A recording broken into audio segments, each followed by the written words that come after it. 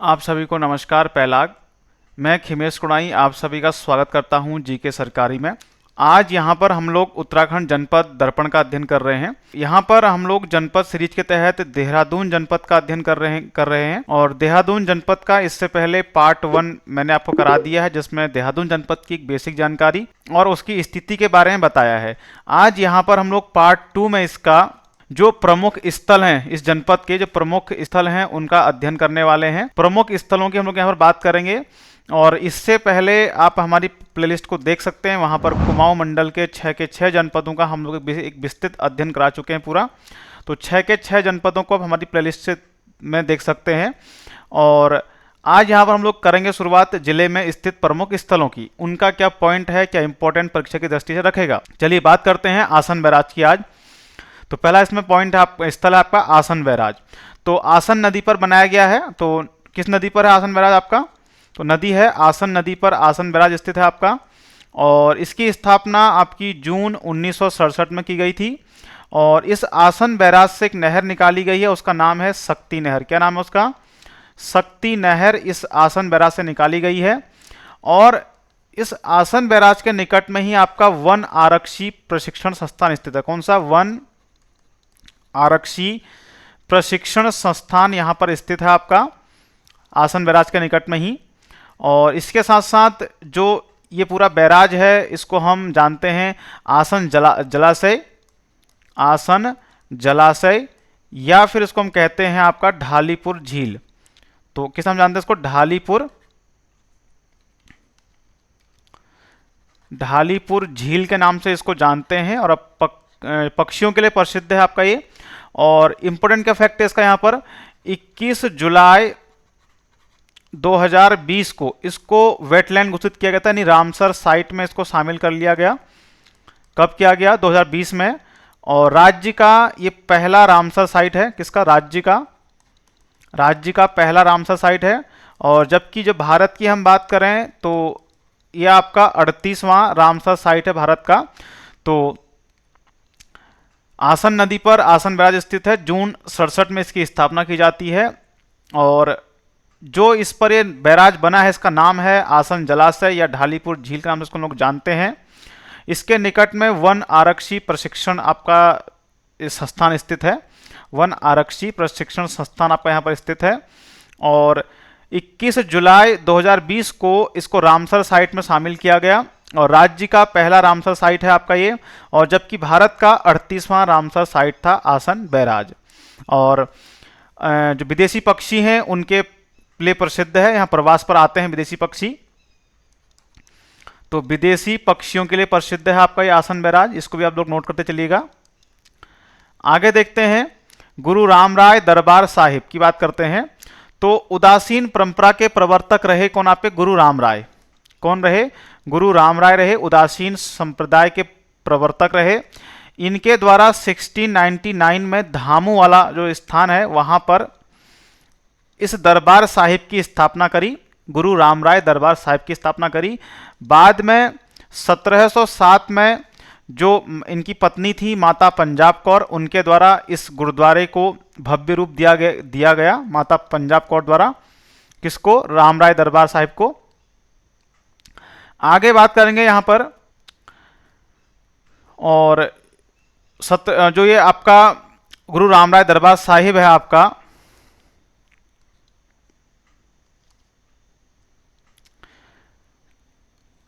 ये जो आपका है ये मुगल शैली में निर्मित है। तो मुगल शैली में उसको उस समय निर्मित किया गया था, मुगल शैली में निर्मित है आपका। और 1699 में इसकी स्थापना की जाती है धामूवाला में गुरु रामराय के द्वारा। और 1707 में माता पंजाब कौर के द्वारा इसको भव्य रूप दिया गया। और यहाँ पर होली के 5 दिन बाद आपका लगता है झंडा मेला। कौन सा मेला लगता है आपका? झंडा मेला यहाँ पर आयोजित किया जाता है होली के 5 दिन बाद।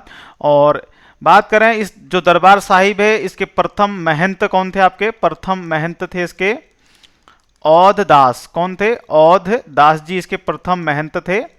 और इतना वो पॉइंट, ये परीक्षा के जैसे पॉइंट आपके लिए इंपॉर्टेंट है। तो मुगल शैली में निर्मित है उस समय। और माता पंजाब कौर के द्वारा इसको भव्य रूप दिया गया 1707 में। गुरु रामराय के द्वारा 1699 में इसको धामूवाला में स्थापित किया गया। और जो गुरु रामराय हैं ये उदासीन परंपरा के प्रवर्तक रहे हैं। आगे देखते हैं अगला, टपकेश्वर महादेव। तो टोन्स की सहायक नदी है आपकी कौन सी? देवधारा। तो टोन्स की सहायक नदी देवधारा के तट पर आपका स्थित है आपका ये टपकेश्वर महादेव। और इस पर प्राकृतिक रूप से क्या है, जल टपकता रहता है। प्राकृतिक रूप से यहां पर जो है शिवलिंग पर क्या है, जल टपकता रहता है। और इसी की तरह एक आपका अल्मोड़ा में स्थित मंदिर है गणनाथ मंदिर, वहां पर भी इस तरीके से प्राकृतिक रूप से शिवलिंग पर जल टपकता रहता है।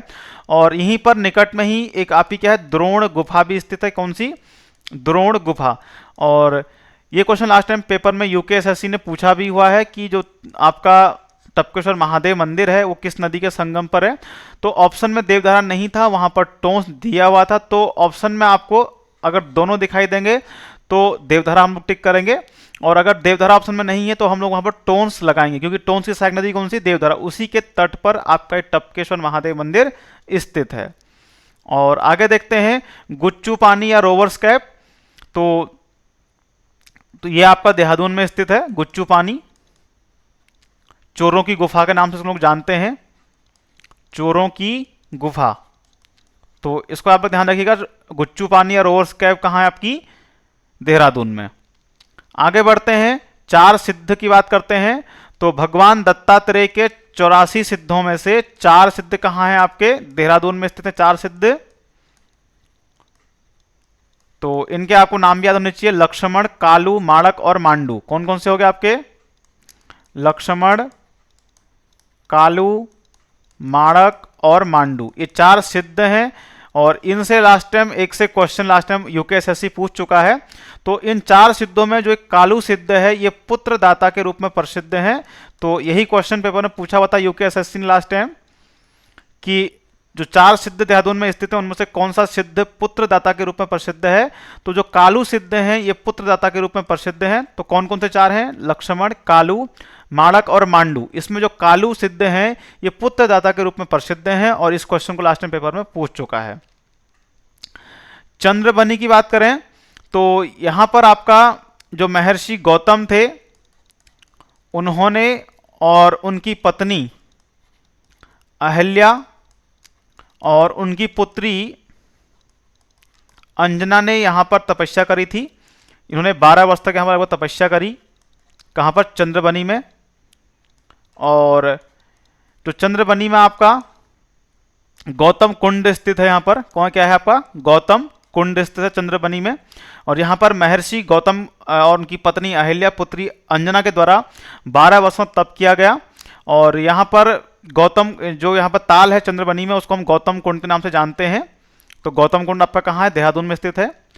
अगला देखते हैं फन वैली। तो फन वैली देहरादून में स्थित है आपका ये। और आपका ये क्या है? एक मनोरंजन पार्क है। क्या है? मनोरंजन पार्क है। तो ज़्यादा इंपॉर्टेंट है नहीं, बस आपको इतना ध्यान रखना कि फन वैली कहाँ स्थित है, तो देहरादून में स्थित है। अगला हम बात करें मालसी डियर पार्क की। तो 1976 में इस मालसी डियर पार्क की स्थापना की गई थी। और अभी वर्तमान में हम इसको देहरादून जू के नाम से जानते हैं। किस नाम से? देहरादून जू के नाम से इसको लोग जानते हैं। और देहरादून इसको जो इसका नाम दिया गया देहरादून जू 2016 में इसका नाम पड़ा। और 1976 में इस मालसी डियर पार्क की आपकी स्थापना की गई थी। और वर्तमान में इसको हम देहरादून जू के नाम से जानते हैं। आगे देखते हैं डाट काली मंदिर। तो डाट काली मंदिर आपका कहां पर है? देहरादून में। जबकि इसी से मिलता जुलता नाम है आपकी डाट वाली हवेली। डाट वाली हवेली कहां है आपकी? ये आपकी कहां पर है? हरिद्वार में स्थित है आपकी डाट वाली हवेली। तो इस तरह से भी आपको याद रखना है आपने। तो डाट काली हम मंदिर की बात कर रहे हैं, तो देहरादून में आपका ये डाट काली मंदिर स्थित है। और 13 जून 1804 को इसकी स्थापना किस द्वारा की गई थी? बलभद्र थापा के द्वारा इसकी स्थापना की गई थी डाट काली मंदिर की। चलिए आगे देखते हैं। अगला है हमारे पास क्लेमेंट टाउन। कौन सा? Clement town. इसकी जो स्थापना है 1936 में फादर क्लीमेंट के द्वारा इसकी स्थापना की जाती है और उन्हीं के नाम पर इसका नाम पड़ गया क्लेमेंट टाउन। और यहाँ पर 1948 में आपका नेशनल वॉर एकेडमी की स्थापना की गई थी। नेशनल वॉर एकेडमी की यहाँ पर स्थापना की गई थी कब? 1948 में। और बाद में इस नेशनल वॉर एकेडमी को 1950 में कहाँ लेके चले गए? यहाँ पर 1950 में यहाँ पर एनडीए की स्थापना, नेशनल डिफेंस एकेडमी की स्थापना की जाती है। लेकिन बाद में इस एनडीए को यहाँ से 1954 में कहाँ ले जाते हैं? खड़गवासला। खड़गवासला कहाँ आपका? पुणे महाराष्ट्र में स्थित है, वहां पर स्थानांतरित कर दिया जाता है। और 1965 में यहां पर देश का चौथा बौद्ध स्तूप स्थापित किया गया था। तो क्लेमेंट टाउन देहरादून में स्थित है और इसकी स्थापना फादर क्लीमेंट के द्वारा 1936 में की जाती है। 1948 में यहाँ पर नेशनल वॉर एकेडमी की स्थापना और 1950 में आपका नेशनल डिफेंस एकेडमी की स्थापना, जिसको 1954 में खड़गवासला पुणे महाराष्ट्र में स्थानांतरित कर दिया जाता है। अगला देखेंगे हम लोग सहस्त्रधारा।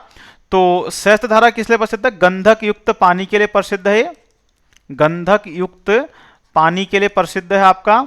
और विभिन्न यहाँ पर धाराएं हैं पानी की, और ये जो है आपका सहस्त्रधारा बाल्दी नदी पर स्थित है। कौन सी नदी पर स्थित है? बाल्दी नदी पर स्थित है। तो हमारे लिए पॉइंट इंपॉर्टेंट रहेगा, किस नदी पर स्थित है? बाल्दी नदी पर स्थित है। गंधक युक्त पानी यहाँ पर आता है और जो चर्म रोगों के लिए क्या है? लाभकारी होता है। चर्म रोगों के लिए, चर्म रोगों के लिए इसमें स्नान करने से कहते हैं कि चर्म रोग दूर हो जाते हैं। और बाल्दी नदी पर स्थित है, ये हमारे लिए इंपॉर्टेंट फैक्ट रहेगा। और कहाँ है सहस्त्रधारा? आपका देहरादून में। अगला स्थल आपके सामने है बौद्ध महास्तूप। तो 5 मंजिला बौद्ध महास्तूप है और इसका जो उद्घाटन है आपका 28 अक्टूबर 2002 को जो तिब्बती धर्मगुरु हैं दलाई लामा, कौन? दलाई लामा के द्वारा इस बौद्ध महास्तूप का उद्घाटन किया जाता है। और लगभग 185 फीट ऊंचा है। कितना? 185 फीट ऊंचा आपका ये बौद्ध महास्तूप है। और कहाँ पर है? देहरादून में। और 28 अक्टूबर 2002 को जो तिब्बती धर्मगुरु हैं दलाई लामा, उनके द्वारा इसका उद्घाटन किया जाता है। अगला है खलंगा स्मारक। तो खलंगा स्मारक जो आपका है, आपकी जो रॉयल नेपाल आर्मी थी, रॉयल नेपाल आर्मी के सेनापति हुए कौन? आपके बलभद्र थापा। कौन हुए? बलभद्र थापा। और प्लस आपका जो जनरल गिलेस्पी थे, जनरल जिलेस्पी कह लीजिए या फिर गिलेस्पी कह लीजिए उसको। तो इन दोनों के जो इनकी याद में और इनकी जो सैनिक हैं, इनकी याद में यहाँ पर 2 स्मारक हैं। सैनिकों की याद में यहाँ पर स्मारक बनाए गए हैं। तो बलभद्र सिंह थापा और उनके सैनिक और जनरल जिलेस्पी और उनके सैनिकों की याद में यहाँ पर स्मारक बनाए गए हैं। किस नाम से? खलंगा स्मारक के नाम से। अगला है घंटाघर की बात करें हम लोग। तो 24 जुलाई 1948 को 24 जुलाई 1948 को जो उस समय यूपी की राज्यपाल थी, तत्कालीन राज्यपाल सरोजिनी नायडू के द्वारा इसका उद्घाटन किया, शिलान्यास किया गया था। सरोजिनी नायडू के द्वारा इसका शिलान्यास किया गया। और 1953 में 1953 में इसका जो उद्घाटन किया गया था आपका, वो किसने किया? तत्कालीन आपके रेल मंत्री थे कौन? लाल बहादुर शास्त्री। तो लाल बहादुर शास्त्री जी के द्वारा इसका उद्घाटन किया गया। तो और इसको हम, इसका एक नाम आपका और है बलवीर टावर। तो बलवीर टावर के नाम से इस घंटाघर को हम लोग जानते हैं। और 24 जुलाई 1948 को इसका शिलान्यास किया गया था उस समय की उत्तर प्रदेश की तत्कालीन राज्यपाल सरोजिनी नायडू के द्वारा। और 1953 में इसका उद्घाटन तत्कालीन जो रेल मंत्री थे लाल बहादुर शास्त्री के द्वारा इसका उद्घाटन किया गया। अगला है मसूरी। तो मसूरी की बात करते हैं। आपकी लगभग समुद्र तल से 2005 मीटर की ऊंचाई पर आपका ये स्थल स्थित है। अगर हम बात करें संस्थापक की, कौन रहे इसके संस्थापक मसूरी के? तो इसके संस्थापक रहे हैं आपके कैप्टन यंग। कैप्टन यंग इसके संस्थापक रहे हैं। और इनके द्वारा 1823 में इस स्थान की खोज की गई, जिसका नाम क्या रखा गया बाद में, मसूरी रखा गया। और मसूरी को भारत का एडिनबरा कहा जाता है और पर्वतों की रानी कहा जाता है इसको। मसूरी को पर्वतों की रानी के नाम से इसको लोग जानते हैं और भारत का इसको हम लोग बोलते हैं एडिनबरा। क्या बोलते हैं? भारत का एडिनबरा। तो इसके दो उपनाम हो गए, इनको भी आपने ध्यान रखना है। और यहाँ पर एवरेस्ट हाउस है जो उसमें भारत के सर्वेयक थे सर जॉर्ज एवरेस्ट, उनके यहाँ पर उन्होंने अपना घर बनाया था, तो उन्हीं की कोठी का नाम है एवरेस्ट हाउस। और convent of Jesus and Mary, तो मसूरी का पहला स्कूल था, इसकी स्थापना 1845 में की गई थी। बट इससे पहले मसूरी सेमिनरी के नाम से एक स्कूल और खुला था आपका 1835 में। तो जॉन मैकिनन के द्वारा इस स्कूल की स्थापना की गई थी, लेकिन अधिक दिन तक नहीं चल सका। लेकिन हम बात करें मसूरी का जो पहला स्कूल था वो था आपका convent of Jesus and Mary, और ये मसूरी का पहला स्कूल था। 1845 में इसकी स्थापना की जाती है। मसूरी समुद्र तल से 2005 मीटर की ऊंचाई पर स्थित है आपका। मसूरी की खोज 1823 में कैप्टन यंग द्वारा की जाती है और स्थापना भी इन्हीं के द्वारा की जाती है। और कैप्टन यंग आपके आयरलैंड के निवासी थे। कहाँ के थे? आयरलैंड के निवासी थे आपके कैप्टन यंग। आगे बात करेंगे, सन 1836 में मसूरी में कैप्टन रेनी टेलर के द्वारा यहाँ पर क्राइस्ट चर्च नामक प्रथम गिरजाघर स्थापित किया जाता है। तो 1836 में कौन करते हैं? कैप्टन रेनी टेलर। कैप्टन रेनी टेलर के द्वारा यहां पर क्राइस्ट चर्च की स्थापना की जाती है। क्राइस्ट चर्च की स्थापना की जाती है। और मसूरी नगरपालिका की हम लोग अगर बात करें, मसूरी नगरपालिका की हम लोग बात करेंगे, तो इसकी स्थापना 1843 में की जाती है और इसके जो पहले अध्यक्ष थे कौन थे आपके? वेंसी टाट। क्या थे इसके पहले अध्यक्ष? थे इस नगरपालिका के कौन? वेंसी टाट। और 1843 में इसकी स्थापना की जाती है। और मसूरी में हम बात करें पहली बार बिजली की शुरुआत कब हुई? तो 1909 में देहरादून में पहली बार बिजली की शुरुआत होती है। और 1920 में देहरादून से मसूरी के लिए मोटर मार्ग का निर्माण होता है आपका। कब होता है? 1920 में होता है। और मसूरी को गंगोत्री यमुनोत्री का प्रवेश द्वार और भारत का एडिनबरा कहा जाता है। और यहाँ पर आपका मसूरी में लेक मिस्ट तथा मसूरी झील, तो दो झीलें हैं यहाँ पर आपकी, एक लेक मिस्ट है, दूसरी मसूरी झील है। यहाँ पर दो झीलें हैं आपकी, ये कौन कौन सी? एक लेक मिस्ट, दूसरी मसूरी झील। और मसूरी नगरपालिका की स्थापना 1843 में की जाती है और उसके प्रथम अध्यक्ष थे आपके कौन? वेंसी टाट। तो इतना आप लोगों को समझ में आ गया होगा जो पॉइंट हमारे एग्जाम की दृष्टि से इंपॉर्टेंट है। तो आपका मंसूर दाल या मसूर दाल के नाम पर इसका नाम मसूरी पड़ा है। ये क्वेश्चन एक बार पूछा हुआ है पेपर में। तो इसका नाम जो पड़ा है मसूर दाल या मंसूर दाल के नाम पर इसका नाम पड़ा है मसूरी का। तो यह भी पेपर में आपका पूछा हुआ है एक बार, शायद आपका UBTR इसको पूछा है। अगला हम बात करेंगे मैसी फॉल। तो बारलोगंज के समीप, मसूरी में बारलोगंज है, वहीं पर ही आपका मैसी फॉल स्थित है। और इसका जो विकास है मैसी फॉल का 1820 में मेजर हियरसे के द्वारा इस वाटरफॉल का निर्माण विकास किया जाता है। मेजर हियरसे, और बारलोगंज में स्थित है और इसलिए इस मैसी फॉल को हम हियरसे फॉल भी कहते हैं। हियरसे फॉल के नाम से भी जानते हैं इसको हम। और यहाँ पर निकट में ही आपका क्या है? टिवोली गार्डन है। क्या है? टिवोली गार्डन आपका कहाँ पर है? मसूरी में स्थित है। जो आपका मैसी वाटरफॉल है उसके निकट में स्थित है आपका ये। आगे हम बात करेंगे यहाँ पर मसूरी में स्थित अन्य प्रमुख स्थलों की हम बात करें तो यहाँ पर आपका कंपनी बाग हो गया, इसको हम म्युनिसिपल गार्डन के नाम से जानते हैं। और डॉक्टर एच फोकनर के द्वारा, फोकनर लोगी पूरा नाम इनका है, डॉक्टर एच फोकनर लोगी, इनके द्वारा इस कंपनी बाग, जिसको बाद में इसका म्युनिसिपल जो आपका म्युनिसिपलिटी थी उसके द्वारा इसका विकास किया गया और उसी के द्वारा इसका विकास किया जाता है। तो नाम पढ़ के इसका म्युनिसिपल गार्डन या सरकारी उद्यान। गनहिल पहाड़ी है आपकी यहाँ पर, भद्रराज मंदिर है मसूरी में, कृष्ण के बड़े भाई बलभद्र को समर्पित है ये आपका।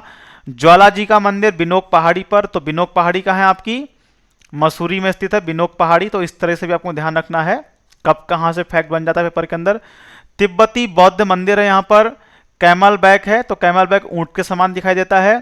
क्लाउड्स एंड आपका मसूरी में स्थित है। इसी के साथ साथ गनहिल चोटी टोप टिब्बा, तो ये क्या है, जो गनहिल चोटी है ये लाल टिब्बा के बाद दूसरी सबसे ऊंची चोटी है मसूरी की।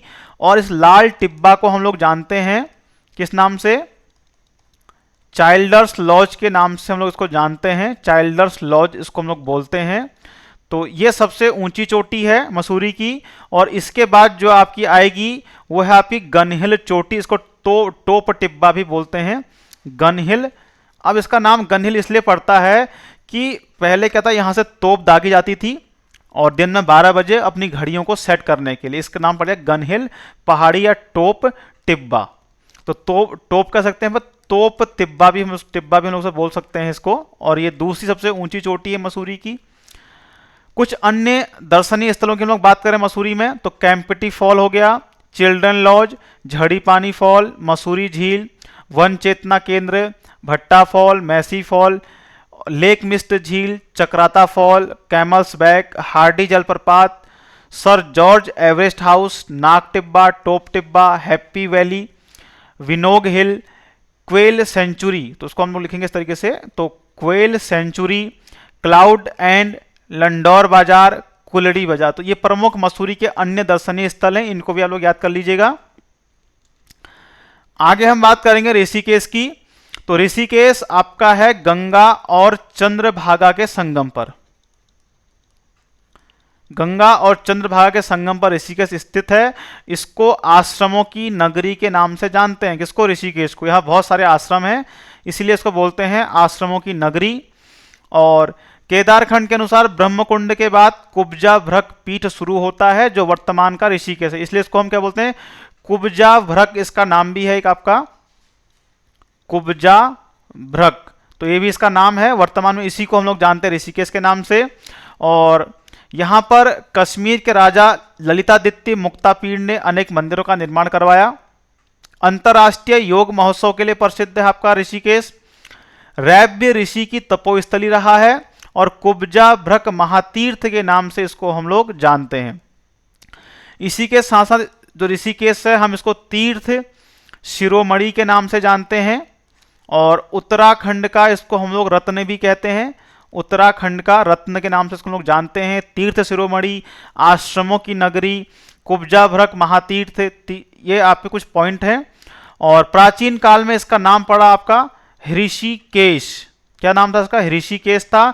बाद में यही परिवर्तित हो गया किसमें, आपका ऋषिकेश में परिवर्तित हो गया इसका नाम, और कालांतर में ऋषिकेश हो गया।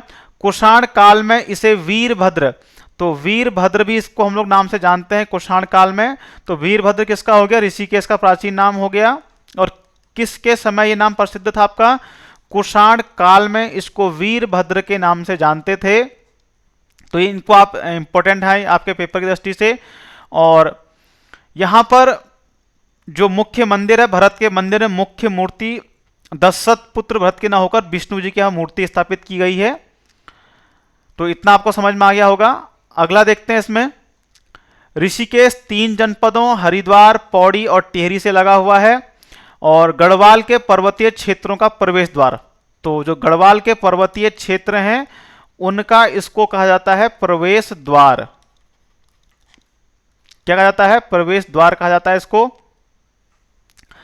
और अन्य धार्मिक स्थलों की बात करें, यहां पर त्रिवेणी घाट है आपका, लक्ष्मण झूला, भरत मंदिर, वीरभद्र मंदिर, स्वर्ग आश्रम, गीता आश्रम, परमार्थ निकेतन, वेद निकेतन धाम, शिवानंद आश्रम, श्री हरिहर पीठ आश्रम, योग निकेतन, कैलाश आश्रम, बाबा काली कमली पंचायती क्षेत्र। तो ये आपके कुछ अन्य प्रमुख स्थल हैं। और राज्य का एकमात्र स्थान ऋषिकेश है जहां राम सहित चारों भाइयों के मंदिर स्थित हैं। राम, लक्ष्मण, भरत और शत्रुघ्न चारों भाइयों के मंदिर आपको कहां देखने को मिलेंगे, ऋषिकेश में देखने को मिलेंगे। अब कुछ स्थलों की बात कर लेते हैं। त्रिवेणी घाट, तो यहाँ पर कहते हैं प्राचीन काल में 3 नदियां आकर मिलती थी, जिसका इसको क्या बोलते हैं, इस घाट को त्रिवेणी घाट इसका नाम पड़ा, और कहाँ पर है आपका, ऋषिकेश में स्थित है। और लक्ष्मण मंदिर की बात करें तो ये भी आपका देहरादून ऋषिकेश में। निर्माण कश्मीर के राजा ने 1885 में इसका निर्माण करवाया था। आगे बात करेंगे भरत मंदिर की, तो ऋषिकेश का प्राचीनतम मंदिर है भरत मंदिर, और यहाँ पर 1982 में उत्खनन कार्य कराया गया था। उत्खनन कार्य यहाँ पर हुआ था 1982 में, और यहाँ पर उत्खनन में हमको यक्ष यक्षिणी की विशाल प्रतिमाएं प्राप्त हुई, और निकटवर्ती मुनि की रेती नरेंद्र नगर में, यहाँ पर मुनि की रेती की हम लोग बात करें जो आपका नरेंद्र नगर में है, मुनि की रेती में जब उत्खनन कार्य करवाया गया था तो यहाँ पर से आपको 44 कुषाण कालीन स्वर्ण मुद्राएं प्राप्त हुई थी। कौन सी? स्वर्ण मुद्राएं प्राप्त हुई थी मुनि की रेती से। और त्रिवेणी घाट के समीप ही आपका ये भरत मंदिर स्थित है। आगे बात करेंगे वीरभद्र मंदिर, तो यहां पर वीरभद्र ने शिवलिंग की स्थापना की थी, और जो वीरभद्र हैं इनको भगवान शिव का ही हम लोग रूप मानते हैं। और यहाँ पर 1973-75 में क्या हुआ था, उत्खनन कार्य करवाया गया था 1973-75 में। तो यहाँ पर से भी हमको कुषाण कालीन हमको अवशेष प्राप्त होते हैं, जिनमें आपको मृत्युपात्र, ईंटें, सिक्के, पशु अस्थियों के अवशेष हमको वीरभद्र से प्राप्त, यहाँ पर जो वीरभद्र मंदिर है यहाँ से प्राप्त होते हैं। और मंदिर के निकट में ही अन्य देवी देवताओं की जो है यहाँ से हमको मूर्तियां प्राप्त होती हैं, जिससे अनुमान लगाया जाता है कि यहाँ पर पूर्व में मंदिर रहे होंगे। तो जो यहाँ से पुरातात्विक खुदाई की गई तो यहाँ पर लगभग 100 ईस्वी से लेकर 800 ईस्वी तक के क्या मिलते हैं, मृत्युपात्र, सिक्के, पशु अस्थियां। तो 100 से लेकर आपका 800 एडी यानी कि आपका ईस्वी तक का हमको यहाँ पर से अवशेष मिलते हैं वीरभद्र ऋषिकेश से। शिवानंद आश्रम की बात करते हैं तो स्थापना 1936 में स्वामी शिवानंद ने इसकी स्थापना करी थी, और जो स्वामी शिवानंद हैं उनके द्वारा यहाँ पर से योग वेदांत तथा लाइफ डिवाइन या फिर डिवाइन लाइफ नामक यहाँ से 2 पत्रिकाएं निकालते थे। और लक्ष्मण झूला के निकट में राम झूला स्थित है, और जिसे शिवानंद आश्रम के नाम से ही जानते हैं। और शिवानंद झूले को ही का दूसरा नाम क्या है आपका, राम झूला। तो शिवानंद आश्रम के साथ साथ यहाँ पर आपका शिवानंद झूला है। क्या है? शिवानंद झूला है, और इसी शिवानंद झूले को हम राम झूले के नाम से भी जानते हैं। इतना लोगों को समझ में आ गया होगा। आगे बात करेंगे महर्षि ध्यानपीठ, तो महेश योगी के द्वारा इस ध्यानपीठ की स्थापना की जाती है, और यहाँ पर लगभग 100 से भी अधिक भूगर्भ में निर्मित गुफाएं हैं, जहां पर लोग क्या करते हैं, ध्यान लगाने आते हैं, और इसीलिए इसको बीटल्स आश्रम भी कहा जाता है। बीटल्स आश्रम के नाम से भी इसको हम लोग जानते हैं। और शंकराचार्य जी की स्मृति में इसको शंकराचार्य नगर के नाम से भी जानते हैं। आगे देखेंगे मुनि की रेती, तो यहां पर कैलाश आश्रम, शिवानंद आश्रम, योग निकेतन, मधुबन आश्रम, आंध्र आश्रम यहां स्थित है। और टिहरी जिले में आपका मुनि की रेती आता है, और गंगा के दाहिने तट पर स्थित है। और इसके सामने बाईं ओर पौड़ी में स्वर्ग आश्रम, गीता आश्रम, गीता भवन तथा भूतनाथ मंदिर आपके ये स्थित है। तो कुछ चीजें आपकी पौड़ी में, कुछ आपका टिहरी में आएगा यहां से। आगे बात करेंगे 84 कुटिया, तो यही है आपका महर्षि ध्यानपीठ, जो अभी हम लोगों ने ऊपर देखा है। इसी को हम लोग बोलते हैं बीटल्स आश्रम या बिटलस आश्रम।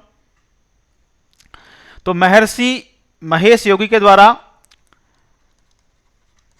इसकी जो स्थापना है 1967 में की जाती है, और लगभग 100 से अधिक यहाँ पर गुफाएं हैं जो भूमि के अंदर निर्मित की गई हैं, और बिटलस या बीटल्स आश्रम के नाम से इसको हम लोग जानते हैं। आगे बात करेंगे शिवपुरी, तो गंगा के किनारे स्थित है शिवपुरी, और रिवर राफ्टिंग के लिए प्रसिद्ध है। और कुछ अन्य स्थलों में देख लेते हैं, यहाँ पर वानप्रस्थ आश्रम, लक्ष्मी नारायण मंदिर आश्रम, विट्ठल आश्रम, ओंकारानंद आश्रम, जीवन माई या उसके बाद रुक्मणी माई, सुलेखी माई आश्रम, आनंद धाम, चित्रकूट आश्रम। तो इसलिए ऋषिकेश को आपका आश्रमों की नगरी कहा जाता है। यहाँ पर बहुत सारे आश्रम स्थित हैं आपके। और जो देहरादून का शिवपुरी है वो आपका रिवर राफ्टिंग के लिए प्रसिद्ध है। और इसी के अलावा कोंडियाला एक जगह है आपका देहरादून में, वह भी आपका रिवर राफ्टिंग के लिए प्रसिद्ध है देहरादून में ही। इतना आपको समझ में आ गया होगा। और इसके अलावा कुछ अन्य स्थल है यहाँ पर, त्रिवेणी घाट, लक्ष्मण मंदिर है आपका, तपोवन जहां पर लक्ष्मण जी ने क्या की थी, तपस्या की थी यहाँ पर, कहां पर, तपोवन में। और इसी के साथ साथ यहाँ पर स्वर्गाश्रम बाबा काली कमली द्वारा स्थापित है, और इनका जो वास्तविक नाम है किनका, बाबा काली कमली का, तो स्वामी विशुद्धानंद के नाम से इनको जानते हैं। और आपका गीता आश्रम स्वामी वेद व्यासानंद द्वारा स्थापित, गीता भवन जयदयाल गोयनंदका के द्वारा 1944 में इसकी स्थापना की जाती है। और परमार्थ निकेतन सुखदेवानंद के द्वारा स्थापित है। वेद निकेतन आश्रम स्वामी मुनीसानंद के द्वारा स्थापित है। ये कुछ अन्य आश्रम थे। तो इसके बाद हम लोग अगले वीडियो में यहाँ पर जौनसार भावर के बारे में अध्ययन करेंगे, जौनसार भावर के बारे में, और कुछ प्रमुख संस्थान भी हम लोग यहाँ पर देखेंगे, और उनके बारे में कुछ फैक्ट हम लोग देखते हुए चलेंगे प्रमुख संस्थानों के बारे में। तो इतना लोग समझ में आ गया होगा। तो लेटेस्ट अपडेट पाने के लिए आप लोग हमारे फेसबुक पेज से जुड़ सकते हैं, साथ ही साथ आप लोग हमारा जो व्हाट्सएप ग्रुप है उसको ज्वाइन कर लीजिएगा, और टेलीग्राम जो चैनल है हमारा उसको भी आप लोग ज्वाइन कर लीजिएगा। वहाँ पर आपको इस टॉपिक की PDF मिल जाएगी। साथ ही साथ आप लोग इस जो ये मैंने आपको पढ़ाया है इसको आप टेक्स्ट के फॉर्मेट में पढ़ना चाहते हैं तो हमारी वेबसाइट है www.gksarkari.com, वहाँ पर आप लोग रेगुलर विजिट करते रहिएगा। और साथ ही साथ आप हमको ट्विटर पर फॉलो कर सकते हैं।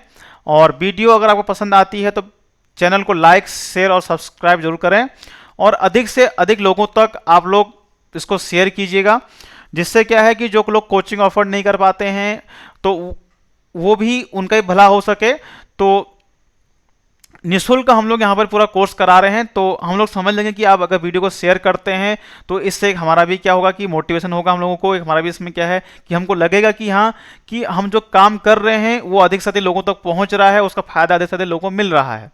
तो इतना आप लोग कर सकते हैं हमारे लिए। तो चलिए आज के लिए धन्यवाद, इतना ही काफ़ी है इसमें। नेक्स्ट वीडियो हम लोग देखेंगे जौनसार भावर और कुछ अन्य प्रमुख संस्थानों के बारे में।